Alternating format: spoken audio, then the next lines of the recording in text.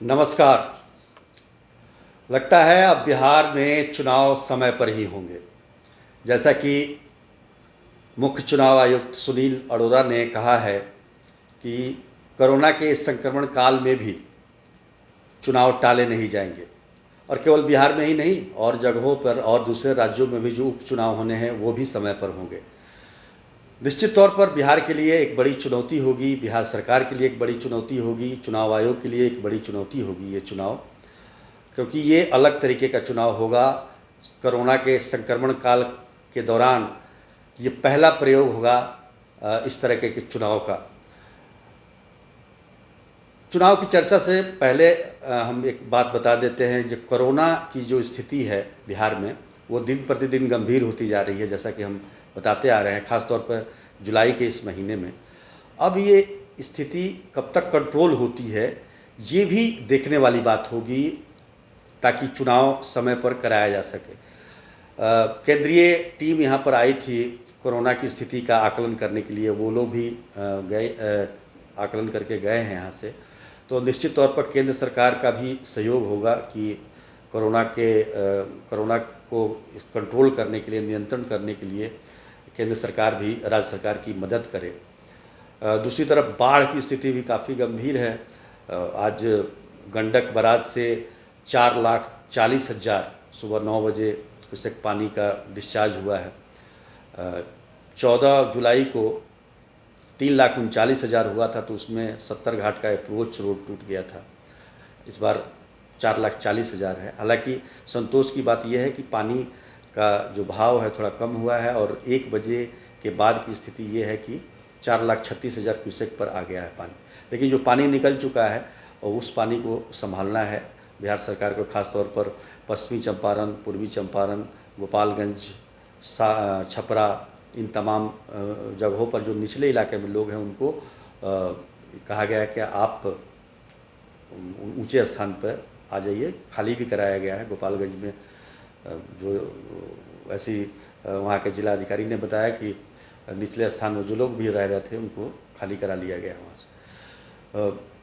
कोसी में भी आज पानी आया था काफ़ी, 3,40,000 के करीब में। उसके बाद उसमें भी थोड़ी कमी आई है, लेकिन बाढ़ की स्थिति बरकरार है क्योंकि नेपाल में लगातार बारिश हो रही है और ऐसी स्थिति में अलर्ट रहना सबके लिए बेहद ज़रूरी है। तो कोरोना बाढ़ के बाद आते हैं चुनाव पे। तो चुनाव आयोग के इस कथन के बाद से अब फिर से राजनीतिक दल या फिर सरकार या सरकार की मशीनरी अब चुनाव की तरफ फिर से मुड़ जाएगी, क्योंकि पिछले महीने जून के महीने में काफ़ी चुनाव को लेकर वर्चुअल रैली और ये तमाम बातें हो रही थी। चुनाव आयोग भी अपनी तैयारी कर रहा था और ये माना जा रहा है कि कोरोना का जो फैलाव हुआ है बिहार में वो इसकी वजह से हुआ कि पूरा फोकस कोरोना पर न होकर चुनाव प्रक्रिया पर चला गया था। अब फिर चुनाव आयोग के इस बयान के बाद से अब इसमें चुनाव की तरफ लोग लगेंगे।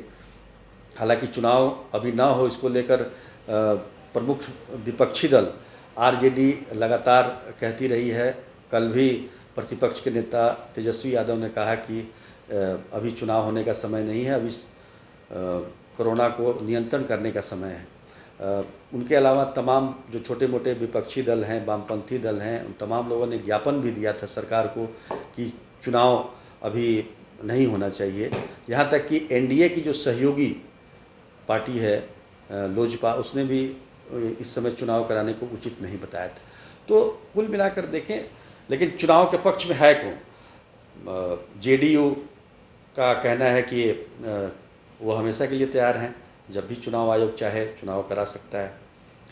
बीजेपी का भी यही कहना है कि चुनाव आयोग पर ही उन्होंने निर्णय छोड़ दिया है। लेकिन चुनाव आयोग जब कह रहा है कि अब चुनाव समय पर होंगे तो निश्चित तौर पर इससे ध्यान थोड़ा बटेगा। लेकिन कोरोना को नियंत्रित किए बिना चुनाव कराना भी संभव नहीं होगा। हालांकि आयोग ने अपनी तरफ से पूरा प्रयास किया है और कर भी रही है। पोलिंग स्टेशन बढ़ाए जा रहे हैं, 73,000 पोलिंग स्टेशन को और आगे बढ़ाया जा रहा है करीब, ताकि कम से कम लोग एक पोलिंग स्टेशन पर आएँ। साथ में वर्चुअल रैली को बढ़ावा देने की बात है, बड़ी बड़ी रैलियां नहीं होंगी, तो ये तमाम प्रयोग होंगे इस बार प्रयोग ये भी होना है कि चुनाव जो नामांकन की प्रक्रिया होती है उम्मीदवारों की, वो भी ऑनलाइन ही हो ताकि लोगों की भीड़ इकट्ठा ना हो। तो बहुत सारे प्रयोग इसमें देखने को मिलेंगे चुनाव में, और निश्चित तौर पर ये आगे के चुनाव में भी काफ़ी अनुकरणीय साबित होंगे, क्योंकि टेक्नोलॉजी का बहुत ज़्यादा इस्तेमाल इसमें होगा।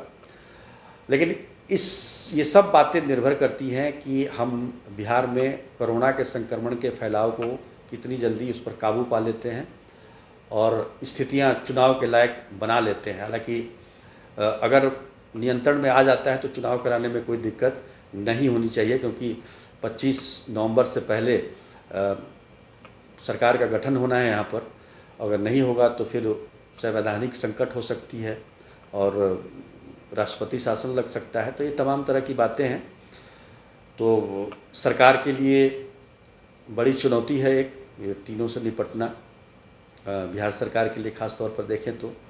और केंद्र सरकार को भी, हालांकि केंद्रीय टीम आई थी यहाँ पर कोरोना की स्थिति का जायजा लेने, तो निश्चित तौर पर केंद्र का भी सहयोग मिलेगा तो हम कोरोना को भी काबू में कर सकते हैं। और बाढ़ का ये जो सीज़न चल रहा है, ये 2 महीने बाढ़ का खतरा तो लगातार बिहार पर बरकरार रहेगा, क्योंकि सारा का सारा पानी जो है वो नेपाल से आता है और उस पर अपना कोई नियंत्रण नहीं है। तो निश्चित तौर पर एक बहुत चुनौतीपूर्ण घड़ी है हम सब के लिए, बिहार सरकार के लिए, चुनाव आयोग के लिए, केंद्र सरकार के लिए। अब देखिए इसमें कितनी सफलता मिल पाती है। आज के लिए बस इतना ही। धन्यवाद।